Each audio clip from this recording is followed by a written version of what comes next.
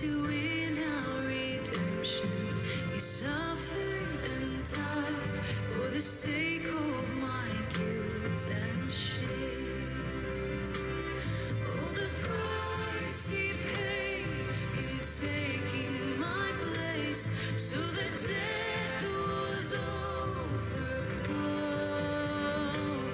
When the King of love burst forth from the grave, proclaiming the victory won.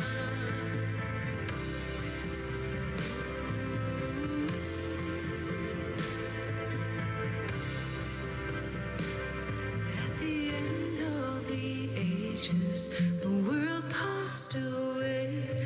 I will gaze on my Savior's face. When my heart is perfected, free from my sin, I will rest in your glorious grace.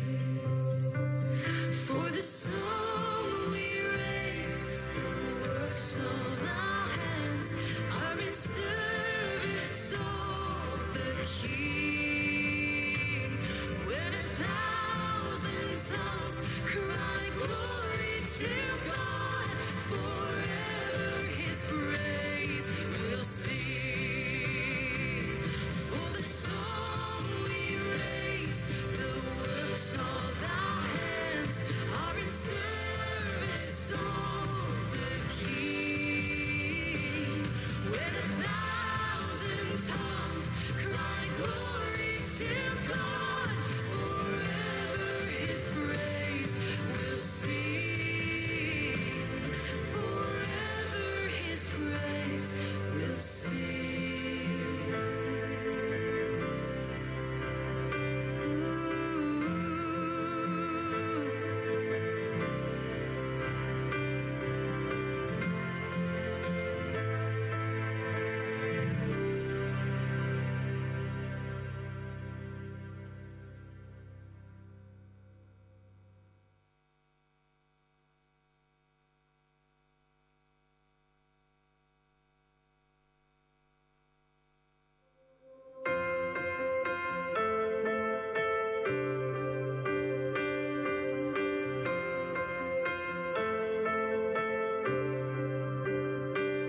From the chaos of darkness, your word shaped the earth. In your image a people made. But we traded perfection, truth for a lie, and your glory was veiled in shame. But a promise made, a blessing you gave to a people of your name.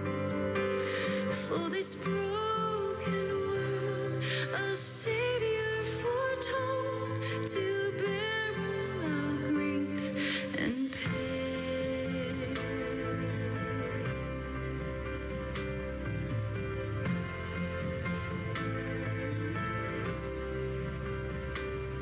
When the heavenly Savior descended his throne, all my sin on his shoulders lay. And to win our redemption, he suffered and died for the sake of my guilt and shame.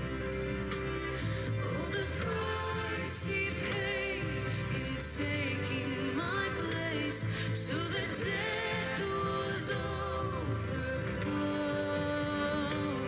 When the King of love burst forth from the grave, proclaiming the victory won.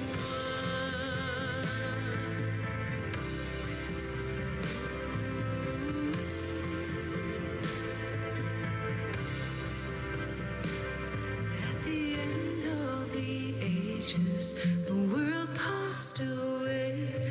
I will gaze on my Savior's face. When my heart is perfected, free from my sin, I will rest in your glorious grace. song we raise, the works of our hands are in service of the King. When 1,000 tongues cry glory to God, forever His praise will sing. For the song we raise, the works of our hands are in service of the King. When 1,000 tongues cry glory to God, forever His praise will sing. Forever His praise will sing.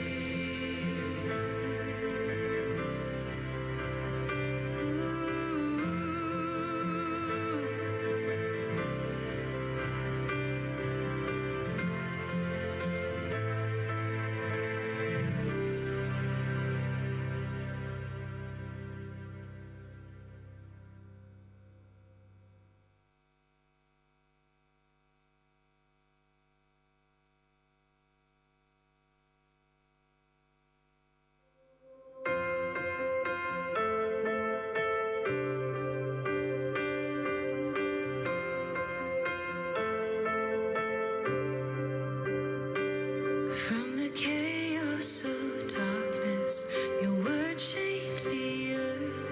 In your image, a people made. But we traded perfection, truth for a lie, and your glory was veiled in shame. But a promise made, a blessing you gave to a people of your name. For this broken world, a Savior foretold to bear all our grief and pain.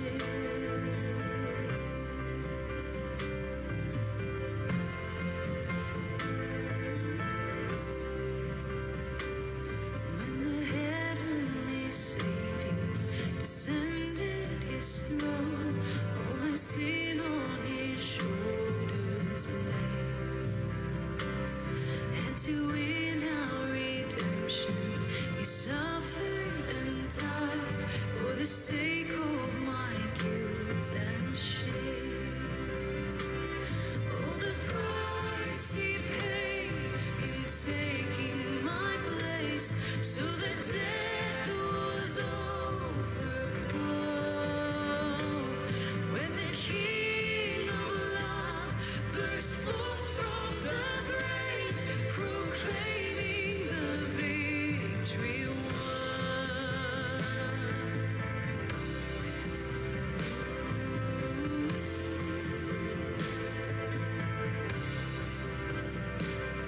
At the end of the ages, the world passed away.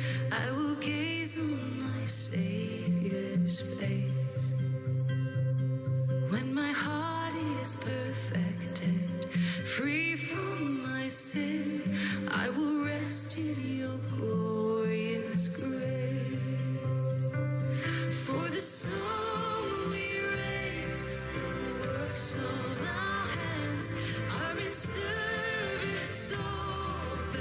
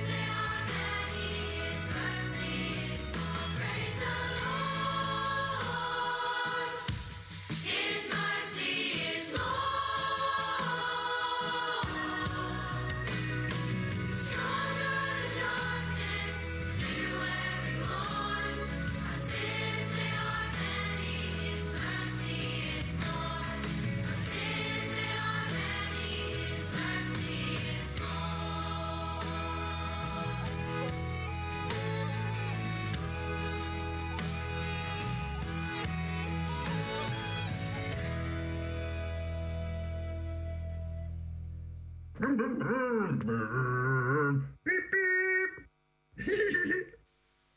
everyone, welcome back to Quizworks Home Delivery. No.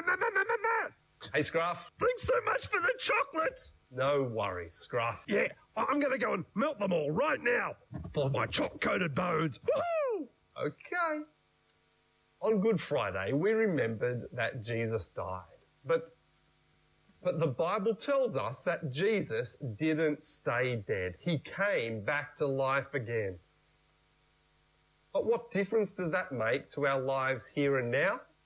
Well, let's find out. Hi, Nigel. Hi, Reg. Oh, hey, Rosie.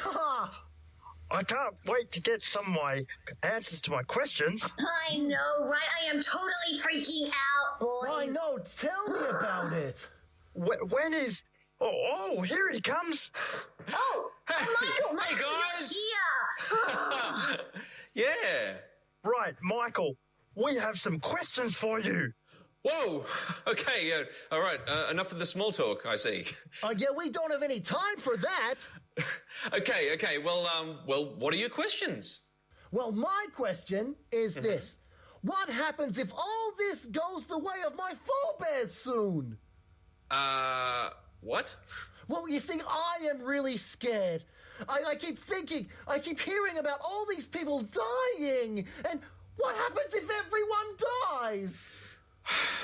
Whoa. Okay. Yeah. And I keep seeing on the news that everything is falling apart. And I am scared, Michael. Oh, I'm such a mess. What can I do to calm down? Okay, Rosie, that is a great question. Yeah, and if we make it through, what are we to do then? Hey, that is another great question. All of them are great questions. Okay, well, do you have a great answer? Yeah. Well, Jesus' resurrection is the answer. Huh? Jesus' resurrection is the answer? What are you talking about? Well, how about I tell you what happened in John chapter 20 in the Bible, and I'm going to use these story sticks. Oh, I love story sticks. Yeah. Okay, well, early on Sunday morning, Mary Magdalene was walking. Who's Mary? Oh, well, she was one of Jesus' followers. And Mary was not happy. No, Mary was sad. Oh, poor Mary. Hey, why was she sad? Oh, well, Mary was so sad because Mary was going to a tomb. A tomb? Oh, no, hang on. Who had died? This was the same tomb where Jesus had been buried after he'd been killed on the cross. Well, hang on. Whoa, that is awful. It is. And when Mary arrived at the tomb, she was shocked because the stone that was meant to be in front of the tomb had been rolled away from the entrance. Oh, yikes. Oh, well, when Mary saw this, she ran all the way back to where she had come from. And she found Jesus' friends, Peter and John. And she said to them, "They have taken the Lord from the tomb, and we don't know where they have put him." What did Peter and John do? Well, they ran. They ran as fast as they could to the tomb. Run, I say, run! And when they arrived at the tomb, they saw that the stone had been rolled away. They bent down and they went inside the tomb. And then they looked around inside the tomb. Oh, and what did they see? The place where Jesus' body had been was laid empty. In fact, the whole tomb was empty. Oh, no. Someone had stolen the body? Well, the disciples were not sure what had happened. So after Peter and John had left, Mary stayed outside the tomb. And Mary, well, she still wasn't happy. No, Mary was still very sad. Oh, poor Mary. I am sad for you too. Well, while Mary was standing there, Mary saw someone. Oh, who was it? It was Jesus. What? Jesus? Hey, but I thought you said he had died. Well, Jesus had died, but now he was alive. Whoa. But Mary didn't realize that it was Jesus. Mary thought that this man was the gardener. So Mary said, "Please, sir, if you've taken his body away, please tell me where you've put him so that I can go and get him." And then Jesus said to her, "Mary." And as soon as Mary heard Jesus say her name, she realized who it was. She realized that it was Jesus. And then she turned around and she said, "Oh, teacher!" And Mary grabbed hold of Jesus and she held him tightly. Don't. But Jesus said to her, "Don't hold on to me. I have not yet gone to the Father. But go and tell my disciples that I am alive and that I'm going to my Father and my God." And so Mary, she ran back to tell the other disciples. And now Mary was no longer sad. Now Mary was happy. Oh, I'm so happy too. Yeah, but still, the disciples, they were afraid. Huh? Yeah. And so that very same evening, the disciples, they tried to lock themselves in a room. They were self-isolating as well. Well, yeah, even though the doors were locked, Jesus suddenly stood in the middle of the room. Whoa, I bet that freaked them out. It probably did. And so Jesus, he greeted them with these words, "Peace be with you." So you mean they didn't need to be afraid anymore? Exactly, because Jesus had beaten the most fearful thing. Jesus had beaten death.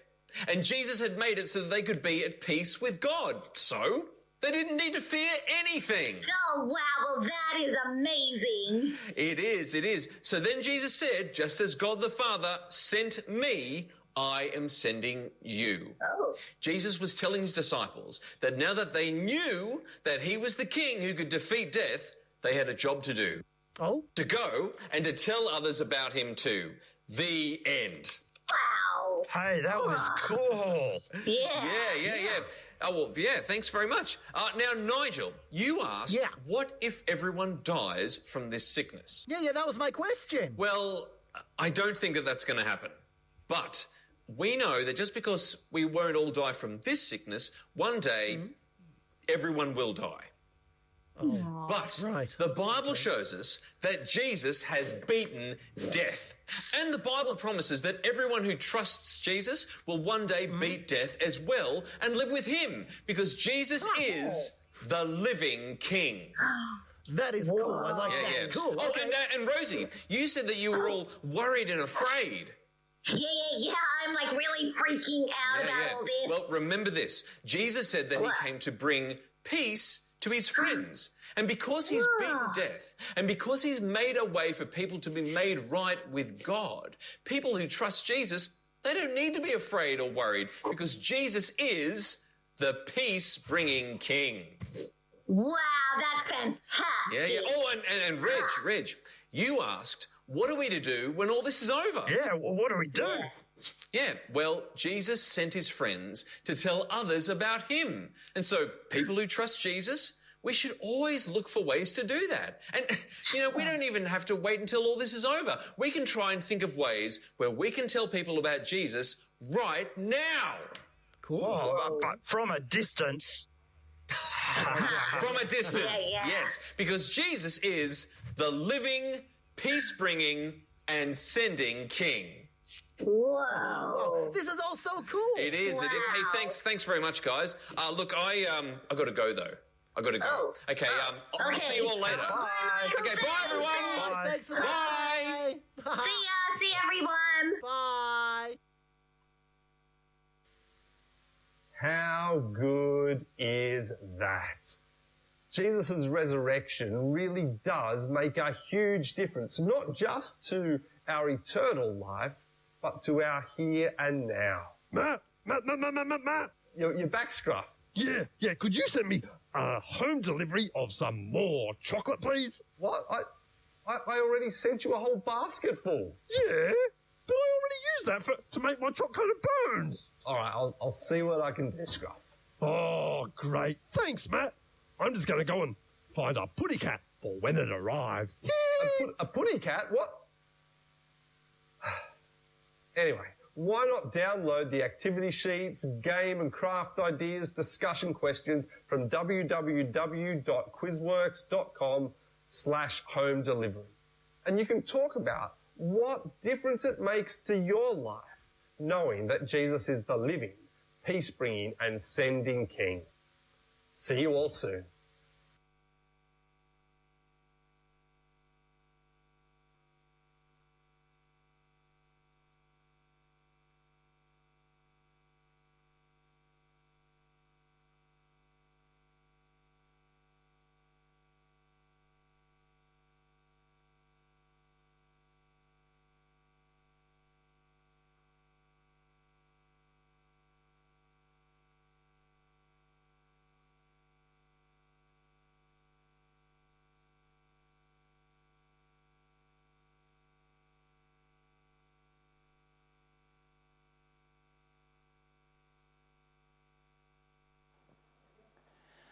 Good morning, everyone, and welcome to Church Online this morning. It's great you can be with us on this Easter Sunday.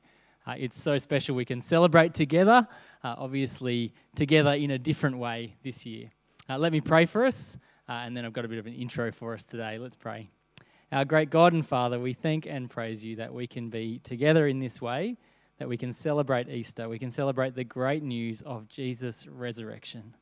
And so today we pray, as we meet together, as we hear from you, as we sing together, that you might encourage us and give us hope and joy in the victory Jesus has won.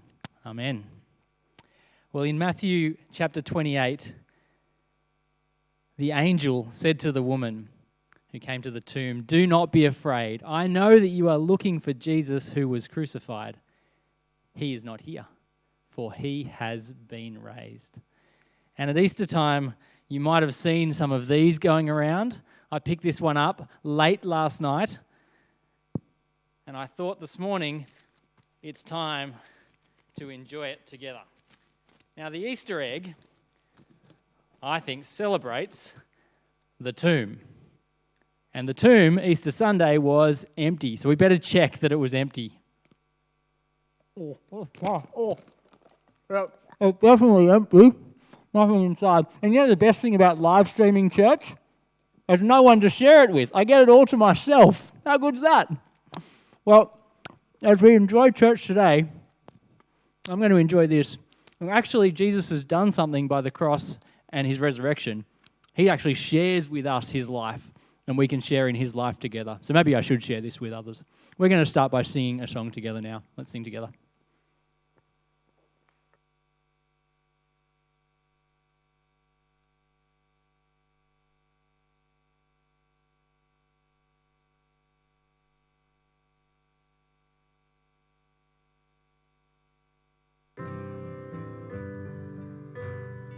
He is exalted, the King is exalted on high.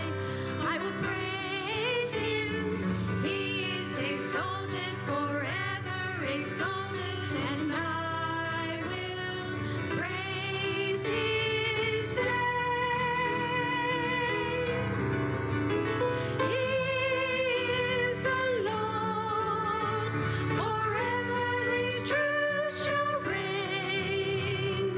Heaven and earth rejoice in his holy name.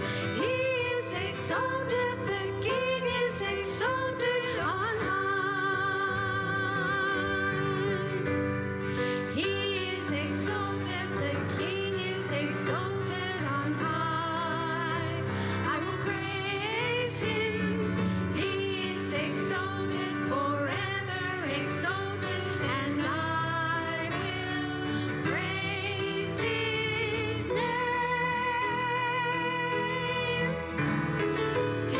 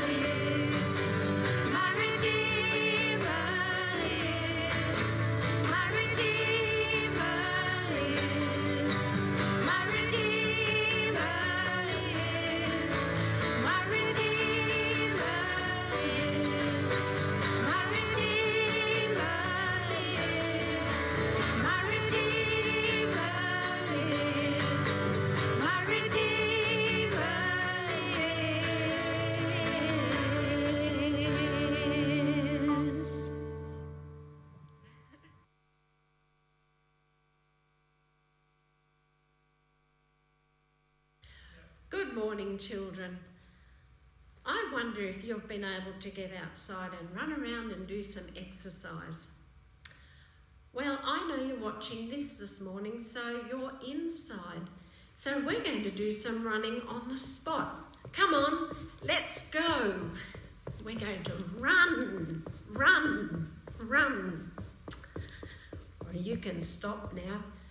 We are going to have a story now about a woman who did lots of running in the story. I'm going to read the story to you now. It's called Mary and the Gardener. When Jesus needed help, he'd find it's women first across the line. There's Mary, who is Jesus' mum. She likes to walk. She doesn't run. Mary up in Bethany, swift and strong, but did her knee. Mary, mum of James and Joe, runs in the rain and in the snow. Mrs. Clopas, she's a Mary, 100 metres legionary. The other Mary, if you like, try and beat her on your bike. Then there's Mary Magdalene, the fastest girl you've ever seen. 7 spirits weighed her down till Jesus rocked up in her town. He set her free. She joined his crew. You know, that's something you can do. They race around Galilee, teaching, healing, setting free. Then Jesus says, now's the time, Jerusalem, the finish line. Some will fall, all will cry. To win this race, I must die. The road will twist, the road will bend, but when it's finished, it is not the end. Friday, it is finished. Mary cried when Jesus died. Doom and gloom outside the tomb. Saturday, Mary sat still. Sunday, Mary walked to the garden. Oh no! Run, Mary, run! Tell Peter and John they've moved the stone. Jesus is gone. Run, Mary, run! Zip and zoom, race the boys back to the tomb. Stop, Mary, look, woe of woes. They've taken Jesus and left his clothes. Pete looks at John. Extraordinary. We're out of here. Goodbye, Mary. Cry, Mary, cry, outside the tomb. Who's that sitting in the gloom? Weeping woman, why the tears? We're listening angels, we're all ears. Dry your nose, blow your nose, pour out your heart between nose blows. My Lord, they've taken him away. I don't know where they made him lay. Mary sighs and turns around. An earthy man, boots on the ground, big strong hands, a scar or 3, dirt under nails, dirt on his knee. He smells of sweat, of life and soil, of flowers, trees and honest toil. Good, the gardener, thought Mary. They're down to earth, not airy-fairy. When you're down, if you're disheartened, you need a bloke who's gone and gardened. Weeping woman, tears on your cheek, who have you lost? Who do you seek? My Lord, they've taken him away. I don't know where they made him lay. And Mary weeping, flowing tears of sorrow, hope, strength, and fears, for everything disheartened her. Then Mary, said the gardener. Oh, teacher, you're all right. She hugged her Lord and squeezed him tight. Mary, put me down. I need my feet back on the ground. Now stretch those legs, lace up that shoe. I've got a job for you to do. Run, Mary, run. Go tell the crew the Lord's alive, strange but true. So Mary ran to tell her friend, I've seen the Lord, it's not the end. Hooray for Mary Magdalene, the fastest girl you've ever seen. Mary did a lot of running, didn't she? She didn't have a bike or a scooter like you do. She also experienced a lot of emotions. She was sad when Jesus died. She was worried when she saw the stone rolled away from the front of the tomb. And she was confused because now she didn't know where they had laid the body of Jesus. I wonder how she felt when she went out into the garden. She was still very sad, of course. But when she saw the gardener and he spoke to her, Mary was very excited. She had great news to tell everyone. Jesus is alive. And so she did more running, didn't she? She had great news to tell, and that's great news that you can tell other people, that Jesus is alive.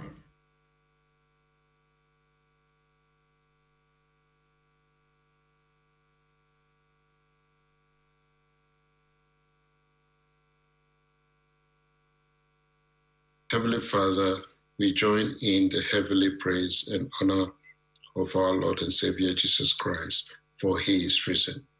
Today we gather to honor you for the glory of your name, your might, and the splendor of your holiness. You have shown us the mighty power of your love through the death and resurrection of your Son, Jesus Christ. We thank you, Father, for the assurance we have in the resurrected King and Savior, Jesus Christ, who has broken the bondage of sin and death. We worship you for your faithfulness to us, which extends beyond all things.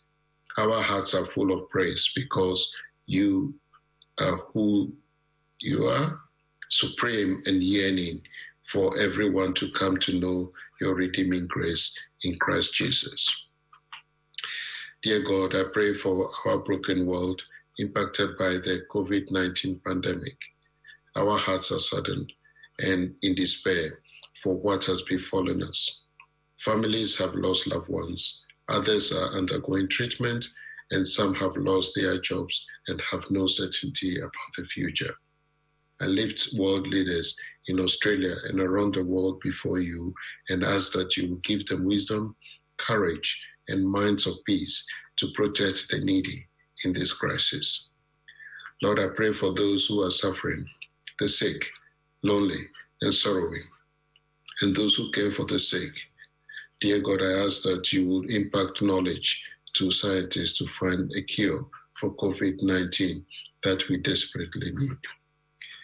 In these uncertain times, give us strength to show love and compassion for one another. May you roll away the stones of grief, illness, and despair. Thank you, Father, that your ear is open to the cry of your children, and you will deal with this crisis in your timing. We put our trust in your unfailing love. Lord, I pray for the leaders of our church and other churches around the world.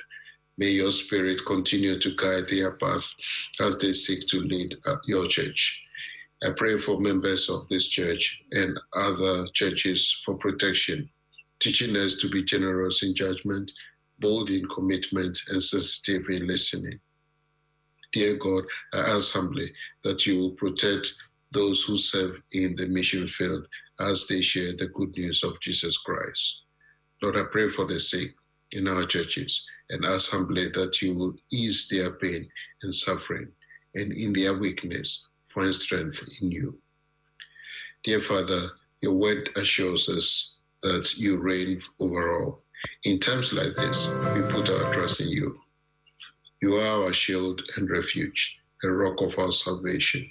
I pray that you will help us to remember that you are in control of the challenges we are facing in the world today.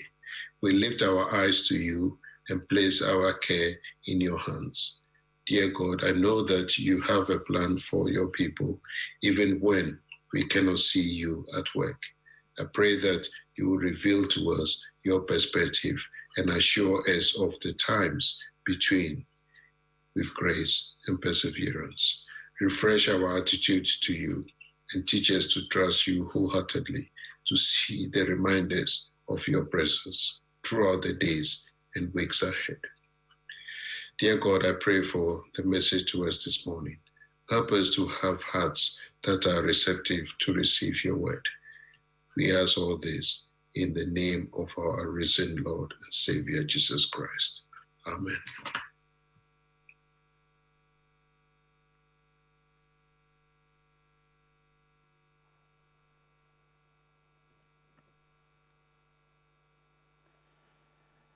It's great to be able to remember together the significance of what Jesus has done in dying and rising again. And so this next song we're going to sing, This I Believe, is the words of the Creed, that we can sing what we believe and celebrate his victory together. So let's sing this song, This I Believe, together.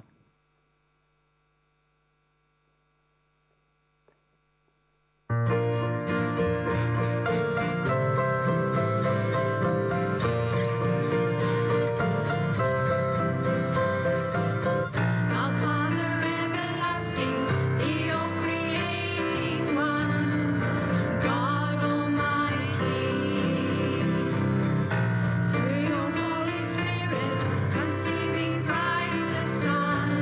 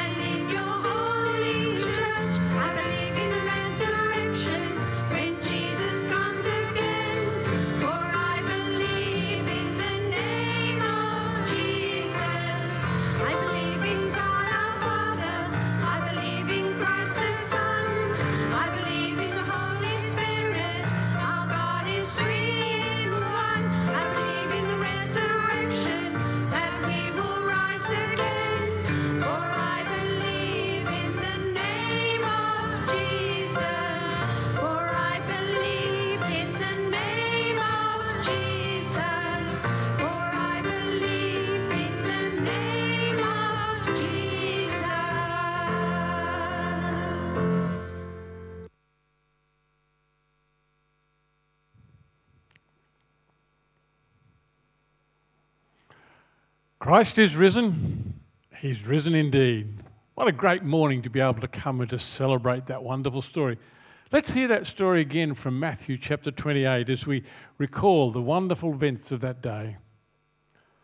After the Sabbath, at dawn on the first day of the week, Mary Magdalene and the other Mary went to look at the tomb.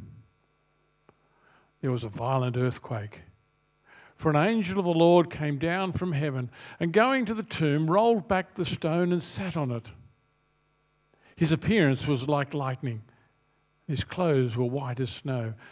The guards were so afraid of him that they shook and became like dead men.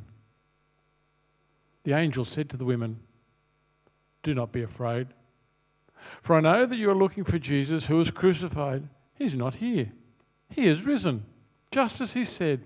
Come and see the place where he laid. Then go quickly and tell his disciples. He has risen from the dead and is going ahead of you into Galilee. There you'll see him. Now, I have told you." So the women hurried away from the tomb, afraid yet filled with joy, and ran to tell his disciples. Suddenly, Jesus met them. "Greetings," he said. They came to him, clasped his feet and worshipped him. Then Jesus said to them, "Do not be afraid. Go and tell my brothers to go to Galilee. There they will see me." While the women were on their way, some of the guards went into the city and reported to the chief priest everything that had happened. When the chief priest had met with the elders and devised a plan, they gave the soldiers a large sum of money, telling them, "You're to say his disciples came during the night and stole him while we were asleep. If this report gets to the governor, we will satisfy him and keep you out of trouble." So the soldiers took the money and did as they were instructed. And this story has been widely circulated among the Jews to this very day. Then the 11 disciples went to Galilee, to the mountain where Jesus had told them to go. When they saw him, they worshipped him, but some doubted. Then Jesus came to them and said, "All authority in heaven and on earth has been given to me. Therefore go and make disciples of all nations, baptizing them in the name of the Father and of the Son and of the Holy Spirit, and teaching them to obey everything I have commanded you. And surely I'm with you always, to the very end of the age." Amen. Many of you, I'm pretty sure, will be able to clearly remember where you were that Sunday afternoon in September 1997 when Joey made that pass to Darren Albert. For most of you, I don't really even need to say what that pass was. You'll just know what it is. You'll know the pass I'm talking about. For the young and the rest of you who are probably not into football, that pass was the one that won the grand final for the Knights. It was their first ever grand final victory, and the celebrations in the Hunter went on for weeks, and some for a lot longer than that. You see, after a couple of difficult years in the Hunter, it wasn't the event that changed everything, but it was an event that lifted the morale of this community that was just starting to get it back onto its feet after many decades of blow after blow as industry closed down and jobs were retrenched and people lost work. It wasn't a good time prior. The sense of joy and excitement in the Hunter that time, that grand final win provided, was a huge, great morale boost for the community, even for those who weren't great football fans. This morning, we're celebrating an event that has a power to transform. The difference in this event from that September morning is that this transformation is permanent. It's not just a boost for morale. It's the event that has the potential to transform a life, to transform a community completely. You've heard the story many times. Even this morning you've heard it recounted. Many of you have probably told the story to your children, to your grandchildren. Many of you have told the story to students in Sunday school or school scripture or in many other places, in youth group and so many different places. Knowing the end of the story, we often forget what it must have been like for those women and for the disciples, what they felt that Easter morning before they realised what had happened. All their dreams for the future were shattered. The years they'd spent with Jesus, they seemed to be a wasted cause. They seemed to be lost. Now they were just stunned, empty, grief-stricken, going through the motions out of a love for the person whom they now assumed was dead and just needed a proper burial. But then they were transformed, dramatically transformed. It took a while to sink in just what had happened. For some of them, it took a little while to accept what really had happened. But the transformation that took place was not temporary. It was not just cause for a celebration and just to enjoy. It was something that changed them for the rest of their life. Ever since, it's been something that has totally changes those who not only know and believe that story, but who in response put their trust and faith in the risen Lord Jesus Christ. You see, the resurrection has the power to transform our perspective on life. Our life is not just about being born, living, and then at some point dying. The resurrection shows that there is life after death. That Jesus truly is the Son of God.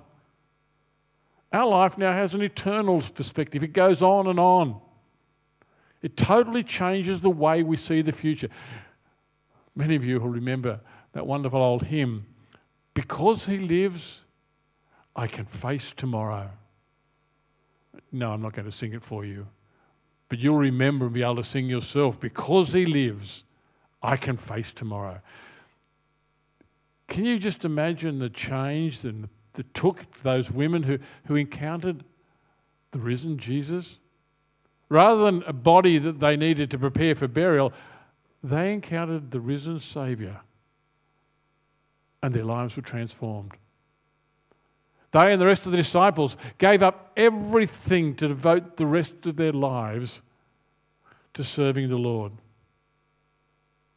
They spread the message that Jesus is the Son of God and that through him we can know eternal life. They lived a transformed life. If you go in the book of Acts and you read the messages and the sermons that Peter and Paul and others preached, one of the things you'll find about them and always central to that message was this central thing that Jesus rose from the dead. They proclaimed that this man is the Son of God and he came back to life. For Paul on the Damascus Road, it was encountering the risen Lord that transformed his life. For us today, it is encountering and accepting the risen Jesus as our Lord and Saviour that transforms our life and gives us a totally new perspective on what it is that's important in life. It's interesting that if you read that passage, it talks about the women as being afraid yet filled with joy. Interesting phrase. They were afraid yet filled with joy. As Christians, we've learned that we need to fear the Lord, yet approach him with joy. C.S. Lewis, in his Narnia series, pictures Aslan not as a tame lion, but as a wild lion. He's to be feared, but he is good. And that concept that he needs to be feared, yet he is good, and approach with joy, rings throughout the story of Jesus. Today, as Christians, the resurrection gives us a new perspective on life. A life that doesn't end with a funeral, but a life of serving the Lord, a life filled with love, joy, and peace. You know, when the crowd started becoming restless, before his death, Jesus spoke to his disciples about the dangers of the religious leaders, and he warned them, but encouraged them. And one of the things he said to them was this, recorded in Luke chapter 12, "True, they can kill you, but then what can they do? There's nothing they can do to your soul, your core being, save your fear from God, who holds your life, body and soul in his hand." You see, people can kill us, Jesus was saying, but they can't stop you from being one of my disciples. He's the one that holds you for eternity. You see, the resurrection gives us as Christians a whole new perspective on life.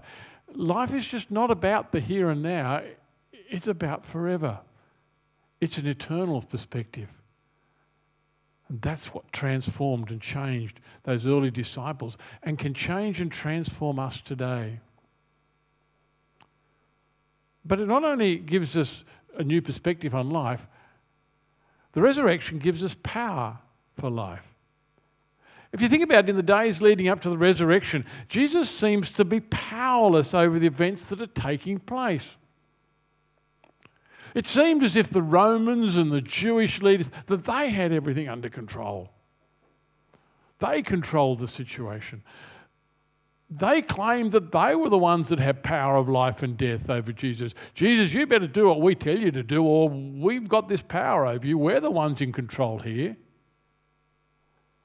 They wanted him to understand that he needed to do what they commanded him. They were the ones who had control. That's what they thought. You see, the resurrection shattered that illusion. God raised him from the dead.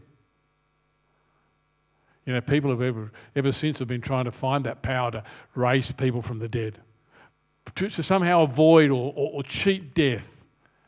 People seem to want to find ways to stop the power of death.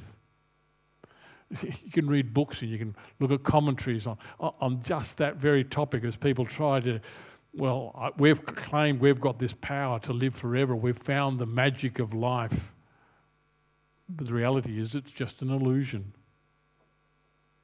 The power demonstrated on that day was complete. If you read that chapter, I don't know if you noticed, but it talked about there was a violent earthquake, for an angel of the Lord came down. Even the whole of creation is under the control of the Lord our God. It is He that has that control. It is He that has that power. They struggled as the leaders. They wanted to hide that truth. They wanted to pretend it didn't happen, because if people realised that the religious leaders weren't in control, that they didn't really have the power, their whole being was in trouble. Any doubt of who was in control was shattered that day. Jesus puts it very clearly when he meets his disciples and speaks to them later on. He says, "All authority in heaven and on earth has been given to me." All authority in heaven and earth has been given to me. That's what Jesus claimed. That's what he had. Do you know, think about it, that same power is for us as Christians today. Listen to the way Paul expresses it to the church at Ephesus. In chapter 1, he writes this. He says, "I pray that the eyes of your heart may be enlightened, in order that you may know the hope to which he has called you, the riches of his glorious inheritance in his holy people, and his incomparably great power for us who believe." That power is the same as the mighty strength he exerted when he raised Christ from the dead and seated him at his right hand in the heavenly realms. Did you hear that?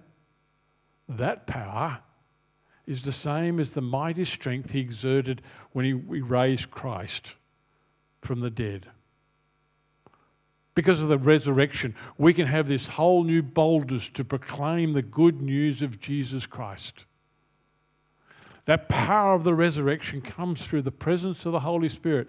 And next week I'm going to be looking at Romans chapter 8 as we think about the presence of the Holy Spirit that empowers us and equips us and comforts us, strengthens us, and is with us. That power of the resurrection comes as the Holy Spirit comes upon us. Not only does the resurrection give us a whole new perspective on life, it's through the resurrection that we see that we truly have that power, the power of the resurrection. Then the resurrection really gives us purpose for life. Matthew ends his gospel with what we today call the Great Commission. It provides all Christians with a purpose for life. We've been given a charge. This primary command is to make disciples. A disciple is not a special class of Christians. We are all disciples. This commission is not just called to go out and to evangelize. Well, that's a significant part of it. The primary purpose of it is to make disciples. The resurrection has given us a whole new purpose for life. Our purpose is now to go and to make disciples. To achieve that, we need to go. We need to baptize. We need to bring them into the family of God. Let's just look again and read that Great Commission once again. All authority in heaven and on earth has been given to me. Therefore, go and make disciples of all nations, baptizing them in the name of the Father and of the Son and of the Holy Spirit, and teaching them to obey everything I've commanded you. And surely I'm with you always, to the very end of the age. That's the commission. That's our purpose. That's what we need to be doing about now. And it takes the whole church. Each of you has been given an important part of that. Each of us, you back at home, me here, whoever we are, our purpose in life, because of the resurrection, is to go and to make disciples. And do you know where it starts? We see that very much now in this time of isolation. It starts with those in our family, the ones that are important to us. Not by belting them into the kingdom, but by example, by loving instruction. You know, some become so concerned about reaching the lost in the world out there, overseas, that they neglect their loved ones at their feet. They're the ones with whom we need to start this instruction, showing them God's love, teaching them about the power of the resurrection and the new perspective the resurrection brings to us. It then involves those in our community, the community of the church, the community in which we live, and out from there into the whole world. This is the purpose of our lives, to make disciples. It's a commission for all of us. It ought to be what drives each of us. And each of us has an important task in that. The resurrection directs that purpose. It shows us that it's not just about this life, about what I can get out of it. Life is now seen from an eternal perspective. The resurrection power shows that there's nothing impossible when it comes to the Lord. You see, the resurrection is not the end of the story. As they wrote their Gospels, Matthew and the other Gospel writers were living in a church that were living out this story and living out the next part of the story. Luke even writes another whole book, the book of Acts, telling of the ongoing story of the resurrection. Today, we are part of that ongoing story. Today, the resurrection is not the end.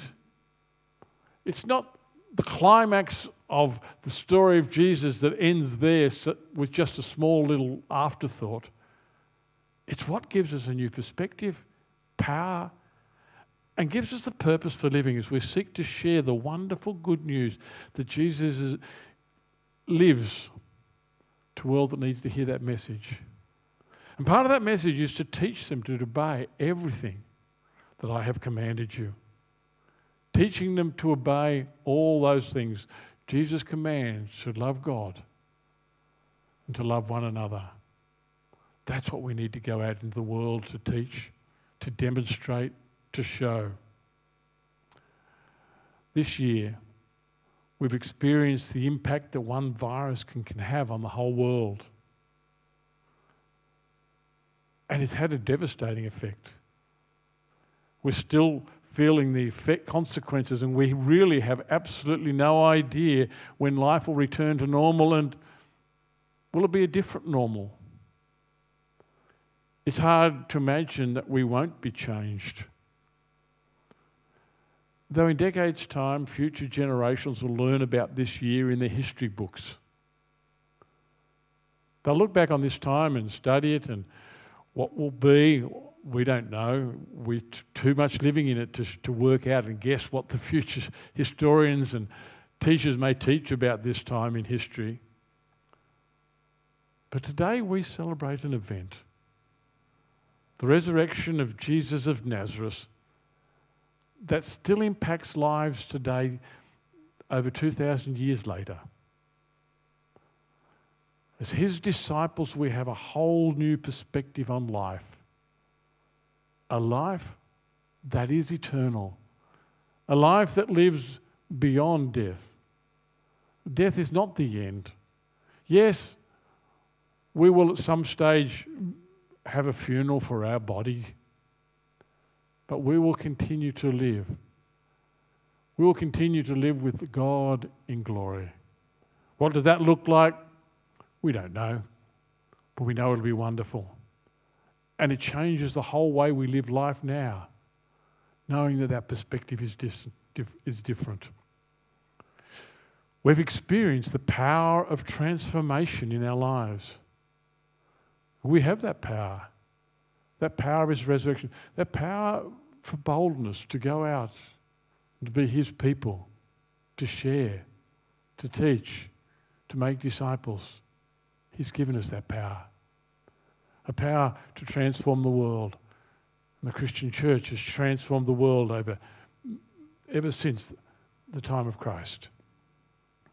And we have a purpose that comes from that event. We want to proclaim Christ is risen.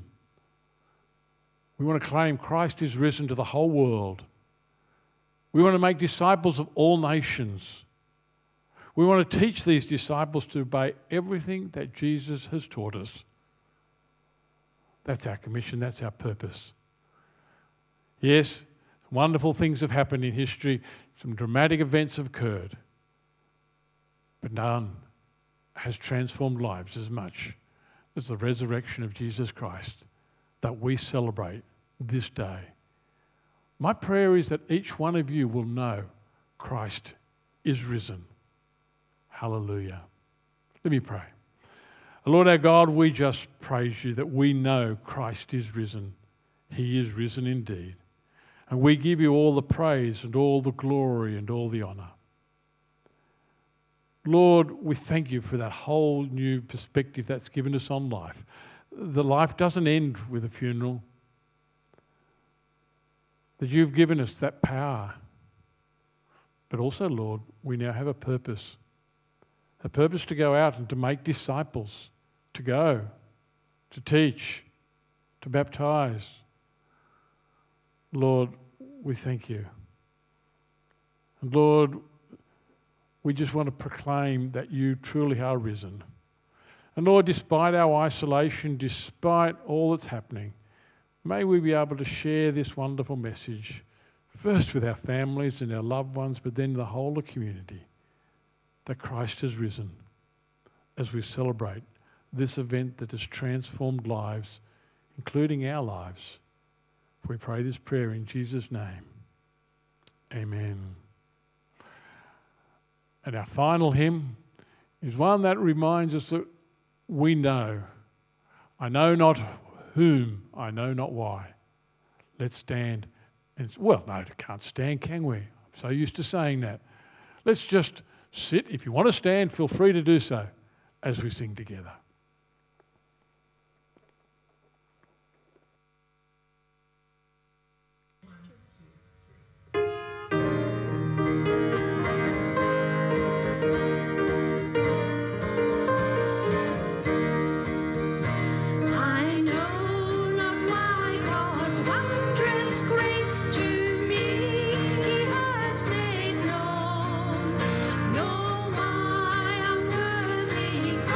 in love, redeemed me for His own.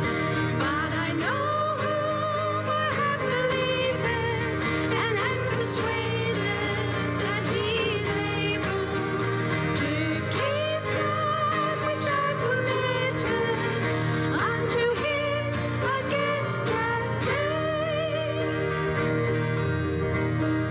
I know not how this saving faith to me He did impart, nor how believing in His word made peace within my heart.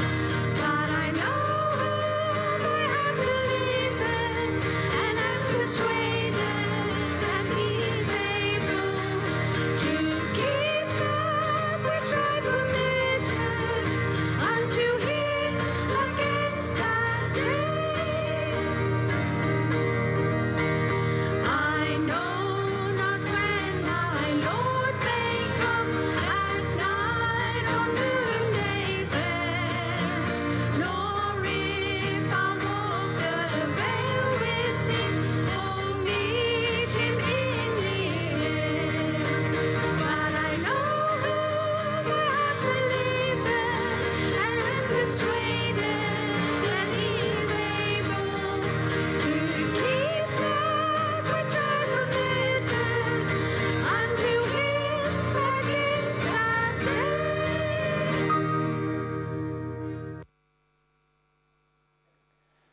Well, thank you for joining us for this Easter Sunday service. It's great to celebrate Jesus' resurrection together. If you are able and would like to, feel free to join us for virtual morning tea via our Zoom chat. You'll find that on the live stream page of our website, or we'll post a link in the YouTube comments just now as well, and you can click through to that and join us. It'd be great if you've got a webcam or a microphone. Do your best if you can join us, that would be great. And feel free to contact Chris or myself or Aaron if you need a hand with that. Let me commend the resources that we've put up on the website as well, and the in the YouTube chat in terms of the kids' activities for the week and Bible study material and things like that. And let me pray for us as we finish this time together. Our great God and Father, we thank you for Jesus, that He died and that He rose.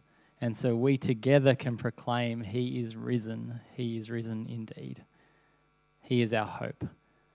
And we pray that this week, this year, our whole life, we might live with that hope at the front of our minds. And we pray that for Jesus' sake and His glory, for He has risen. Amen. Well, I've not quite finished my egg. I've got a little bit to go at the back, and maybe I will share some. Let me encourage you to share what you have with those around you across this next week as well. Thanks for joining us.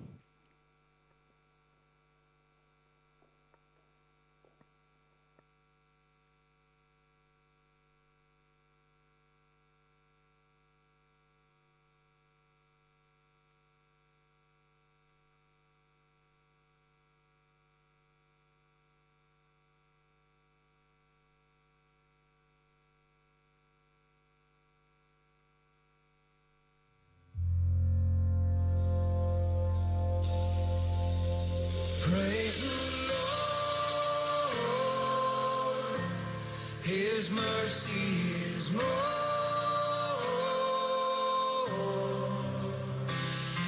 Stronger than darkness, new every morn. Our sins, they are many, His mercy is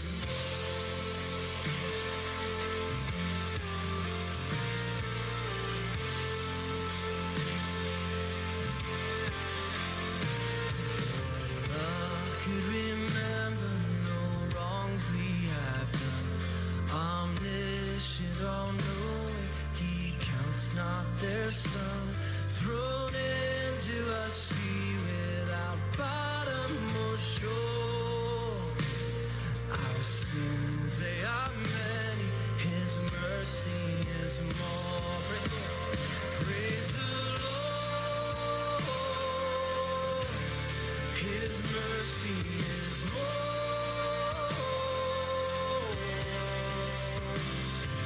Stronger than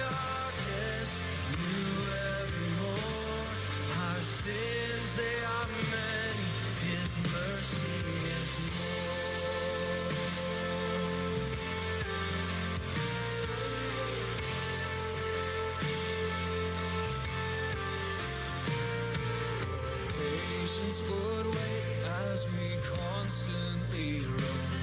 What Father so tender is calling us home. He welcomes the weakest, the vilest, the poor. Our sins, they are many, His mercy is more. Praise the Lord, His mercy is more.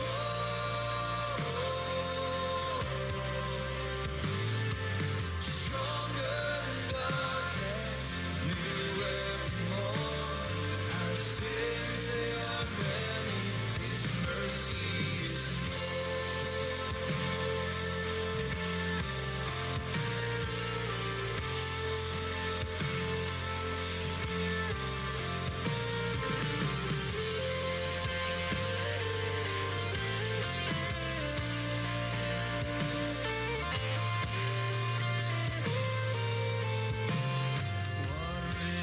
riches of kindness He lavished on us. His blood was the payment, His life was the cost. We stood